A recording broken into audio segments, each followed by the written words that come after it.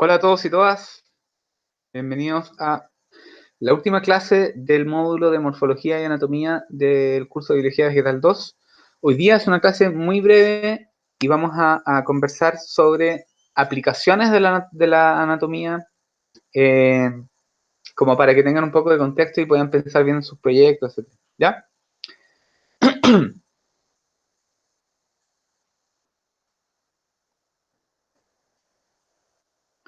Vamos entonces a comenzar. ¿Ya? Aplicaciones de la anatomía y la morfología se refiere a qué sirve. En el fondo, a veces uno tiende a pensar que la anatomía y la morfología son ciencias decimonónicas, antiguas, que ya no sirven, y la idea es que podamos ver que tienen algunas aplicaciones actuales, tanto científicas como de otro tipo, ¿ya? Y en otras disciplinas también. En ecología, ¿ya? Es súper importante entender que hay rasgos anatómicos y rasgos morfológicos que tienen valor ecológico. ¿Qué significa eso?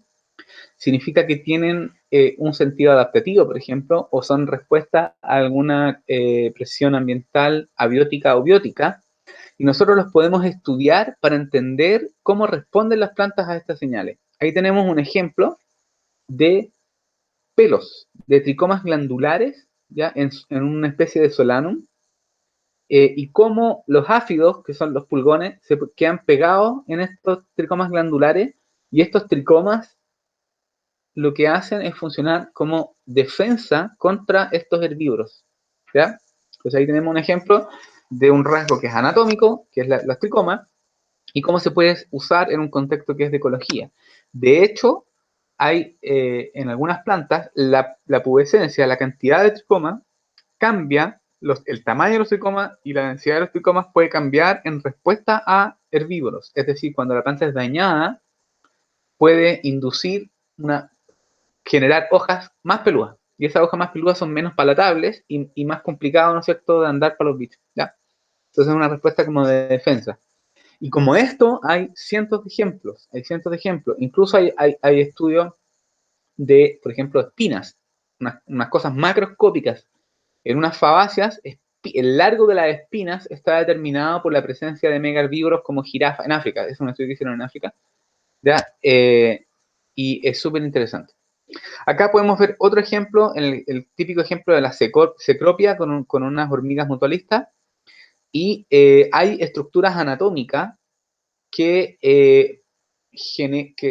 estructuras de secreción que generan cuerpos para alimentar a estas hormigas mutualistas, ¿ya? Y hay estructuras específicas en la planta que permiten esta relación mutualista. Entonces, en este caso, estructuras morfológicas y anatómicas permiten entender una relación mutualista entre una hormiga y una planta, ¿ya?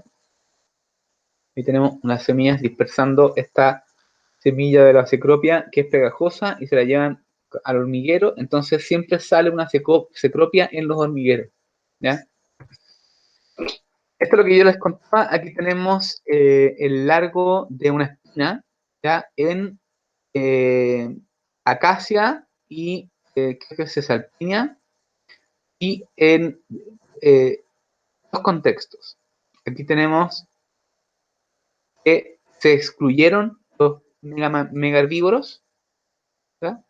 En este otro están presentes mamíferos grandes y en este caso megaherbívoros también presentes, ¿ya? ¿Sí?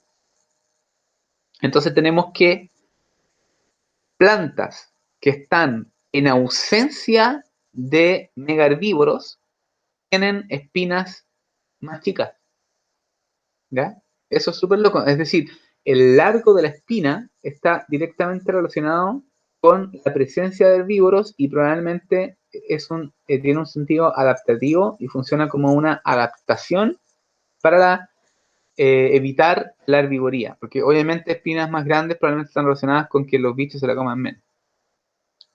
Pero mantener esta espina larga tiene un costo en términos de materiales, de biomasa. Entonces, obviamente, si no están los herbívoros, la presión de selección es para hacer espinas más chicas porque no tiene sentido. No sé si me.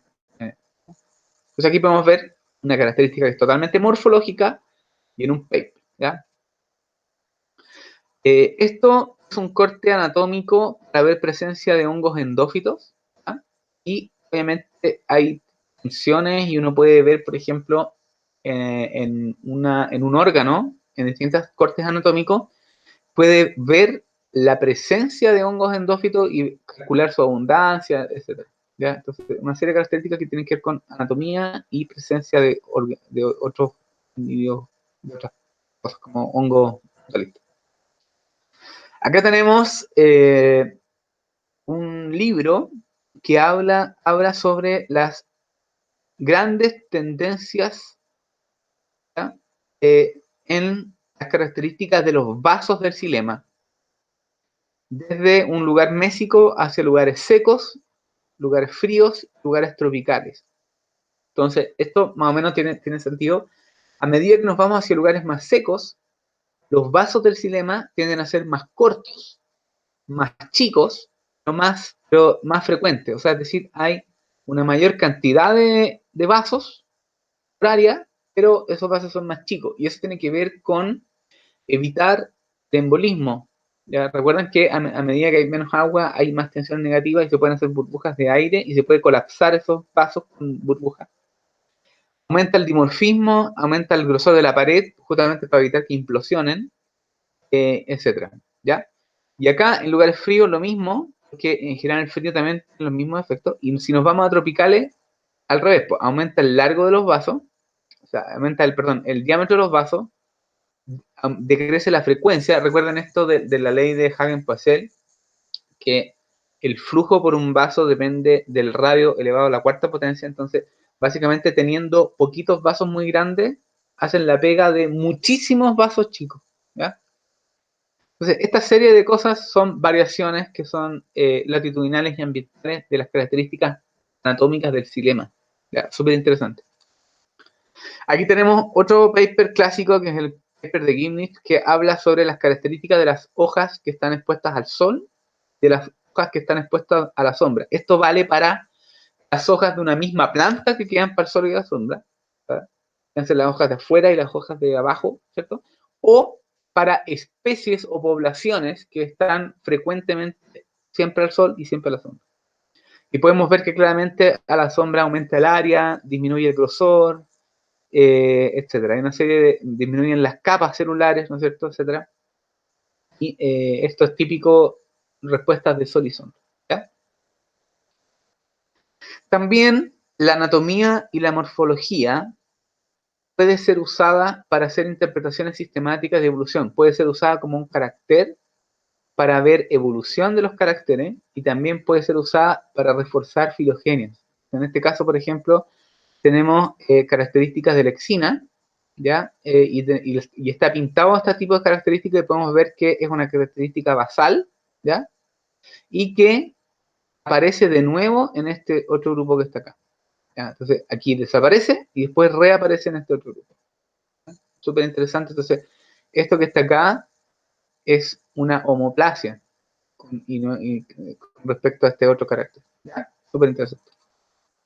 Acá tenemos, por ejemplo, convergencia evolutiva en plantas trepadoras y cómo distintos grupos de plantas trepadoras han llegado a la solución de tener zarcillos modificando diferentes partes de la planta.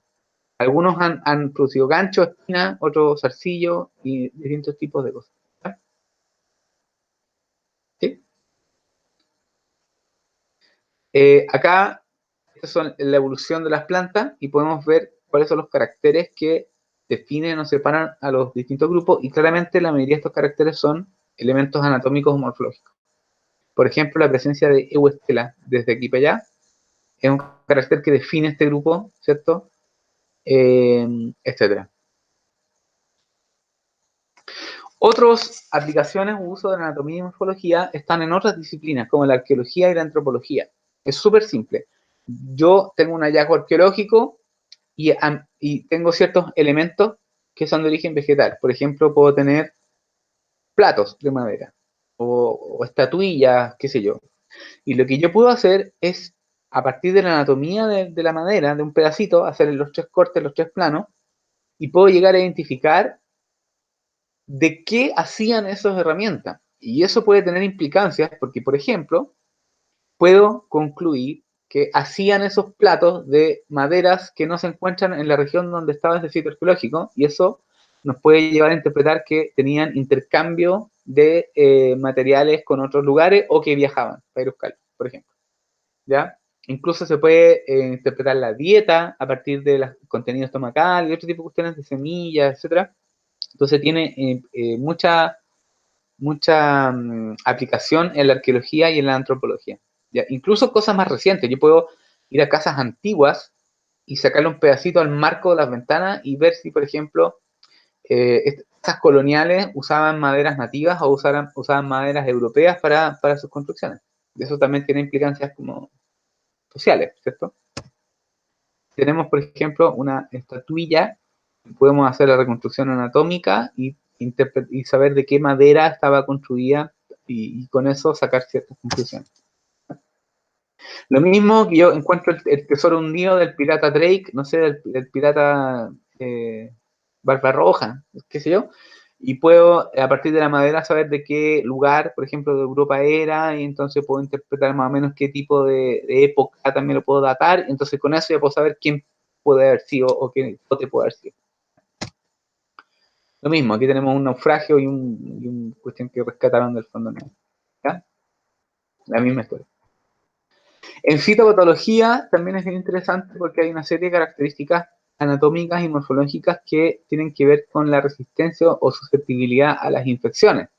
Por ejemplo, el grosor de la cutícula está relacionado con el mayor grosor de la cutícula está relacionado con una mayor resistencia al ataque de hongos patógenos que tienen que, digamos, atravesar esta capa de cera para llegar al tejido vivo. ¿Ya? Entonces, hay estudios de eso, de mutantes, por ejemplo, que tienen cutículas más gruesas, o variantes que tienen cutículas más gruesas que son más resistentes al ataque patógeno. ¿Ya? Aquí tenemos una planta atacada y podemos ver algunas características que pueden estar correlacionadas a la susceptibilidad. ¿Ya? Aquí tenemos medios de penetración de hongos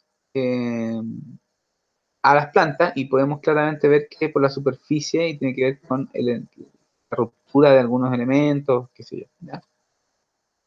También en la ciencia forense, ¿ya? Acá esto es súper usado obviamente en policías más profesionales, probablemente no en Chile, entonces, pero en Estados Unidos, por ejemplo, si encuentran en la ropa, puede ser semillas que sean zoocóricas o pedacitos y pueden reconstruir, en este caso, eh, la madera de la escalera usada por el secuestrador se identificó y eso permitió, ese pedacito de madera estaba en los zapatos y no sé, y permitió saber que entonces había trepado por esa otra escalera y esa escalera estaba en el lugar del crimen y entonces se puede relacionar, ¿no es cierto?,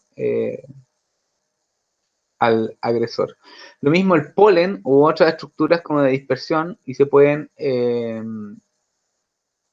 por ejemplo, asociar que la persona el cuerpo fue movido, el asesinato ocurrió en tal lado, que había, por ejemplo, semillas de algo o polen de algo, y el cuerpo se movió porque en esa otra parte no estaba esta especie, ¿no es cierto?, que se identificó en el pelo o en la ropa. Entonces se puede ver que se arrastró o que se movió de un lugar a otro, etc. ¿Ya? Está el polen, ¿no es cierto? Aquí tenemos plantas con ganchos que se transportaron desde en la ropa del asesino, ¿cierto? Y todas especies que se pudieron pillar. También el paleoclima. Yo, a partir de hoyos que hago en fondos de laguna, puedo interpretar las condiciones climáticas a partir de una reconstrucción de la paleovegetación. Entonces, por ejemplo, si aparecen plantas palustres, ¿cierto?, como ciperáceas, yo puedo interpretar que eso era una especie de pantano o lugar húmedo, ¿cierto? Y si desaparecen esas y aparecen, por ejemplo, se fijan, hardwoods o árboles, significa que ese pantano ya se secó y hay otras cosas, ¿ya? Entonces yo puedo ir claramente ir determinando más o menos la interpretación climática o de ensambles vegetacionales y asociarlas con cambios en el clima. La dendrocronología lo que hace es a partir de los anillos reconstrucciones también de clima y eventos como fuegos u otro tipo de ataques de patógenos, etcétera. Entonces se puede hacer reconstrucciones del paleoambiente a partir de lo que pasó en el pasado y de los tamaños de los anillos, las características de los anillos. ¿Ya? Esto es como sale de un modelo de reconstrucción de anillos. ¿Ya? Ahora esto lo hace el computador. O sea, yo escaneo esta cuestión, antes se hacía a mano, ahora lo hace un computador. Ya, esto es para darle un ejemplo, ¿ya? No pretendo ser como una cosa completamente exhaustiva, sino que simplemente una pincelada para que ustedes tengan mayores elementos para ver de qué hacen su proyecto final y para que entiendan que esta cuestión tiene aplicaciones modernas y actuales. Hay cosas que yo les mostré para no complicar, pero yo tengo varios papers que son relativamente recientes que utilizan cosas anatómicas o morfológicas y que se pueden usar en cosas modernas, digamos, con elementos de variación latitudinal, etcétera. ¿Ya? Eso por ahora es una clase cortita y aquí se acaba la materia de morfología y desde la próxima clase estaríamos empezando con la materia de diversidad. ¿Ya? Recuerden que la persona que quiera dar la prueba de esta materia de morfología me escribe directamente al correo y puede dar la prueba. Ya solamente las personas que me escriban, creo que no tiene sentido subir cosas al aula. Si alguien quiere tomar la evaluación de esta materia, me escribe directamente, totalmente anónimo. ¿Ya? Que estén bien, cuídense, no salgan, traten de evitar salir.